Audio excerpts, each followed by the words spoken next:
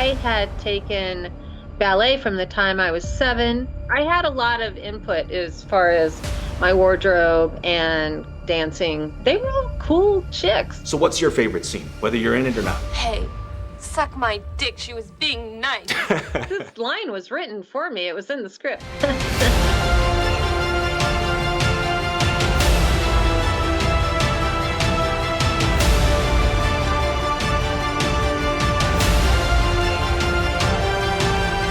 The amazing Debra Lamb, thank you so much for being here. I really appreciate it. It's an absolute honor.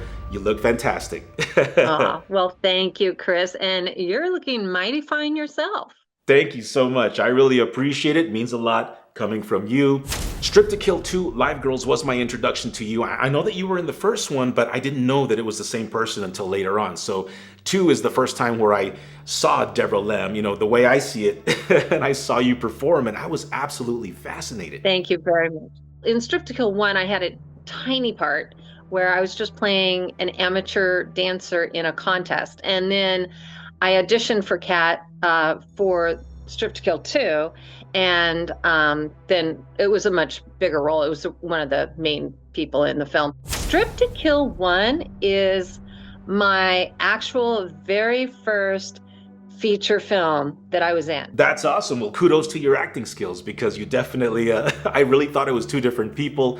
And even when I watch the clips now, there's a specific movement that you do in both films. There's where you're kind of pulling on the pole. And in the first one, obviously, again, you like you said, you're playing an amateur dancer, and it looks, you look amateur, you look like a beginner, respectfully. But then in the second one, you kind of do the same movement. And I mean, there's nothing amateur about that. You look incredible, your body, the way your body's moving and everything, and it's amazing. I had taken ballet from the time I was 7 and other types of dance like tap dancing and other things. And so I kept up my dancing. I took drama classes also. I had a lot of input as far as my wardrobe and costumes and dancing. Very cool. Well, your second dance, The Nightmare, that's my favorite scene in the whole movie. I thought everything that you did, the way it was choreographed, the way you're moving, your flexibility, you even did a little bit of some fire eating. I mean, it's super talented. You're beautiful. You're beautiful. I mean, everything, your figure, you look like you were in super shape. Not a lot of people can do that, Debra. So you looked fantastic. I can watch that scene all day long. I am not a dancer. I have no rhythm whatsoever, but I feel that I've always had an eye for physical, you know, talent, especially on camera. I mean, everyone kind of has their own unique style, but I mean, you were absolutely beautiful in that scene, and you should be very proud. I think that's one of your best moments on camera ever. Katt Shea, the director, I mean, she's such a huge inspiration to me, and I had her on the show, and we talked about the first one, and I love her way of filmmaking. I love her storytelling. I love her framing and her lighting, and, you know, acting is my passion. I do my own little projects, you know, on the side, and I mean, lighting is a character, you know, and I love all the colors, especially in 2. I feel like all the colors and everything were just amped up, especially like in the alley scenes. I love all the, it's awesome. It's so very cool. So let me ask you this, with guys, you know, whether it's an action movie, there might be some competitive, you know, who's stronger, who's this, who's that. Was there any of that going on? I know the fact that y'all were performers, you know, for this film. Actually, on that set, no. I had been on another set where there was a little bit of cattiness, but I don't remember any cattiness on either Strip to Kill or Strip to Kill 2. They were all cool chicks.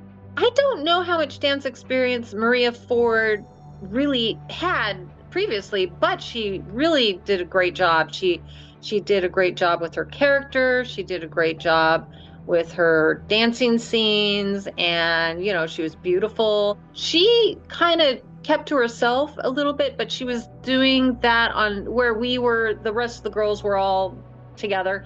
She was doing that on purpose because of her character. She didn't want to get too friendly with everyone. She was nice. I'm not saying she wasn't nice. She was. But she was trying to kind of keep a certain mystique or distance because of the plot of the film. I wouldn't call her a full-blown method actor, but maybe a little bit.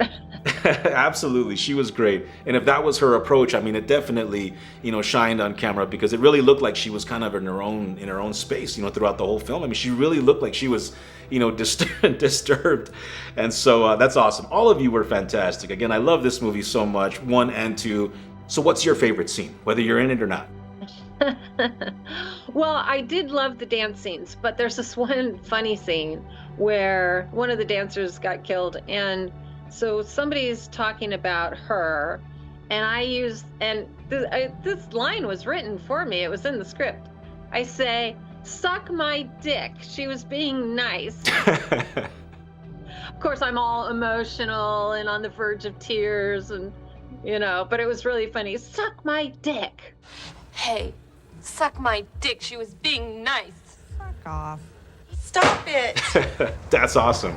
I was teasing, relax. Guys, thank you so much for watching. If you like this clip, Deborah will be back very soon to chat about a few other projects. If you haven't seen Strip to Kill 1 or 2, definitely check them out. You will enjoy them, trust me.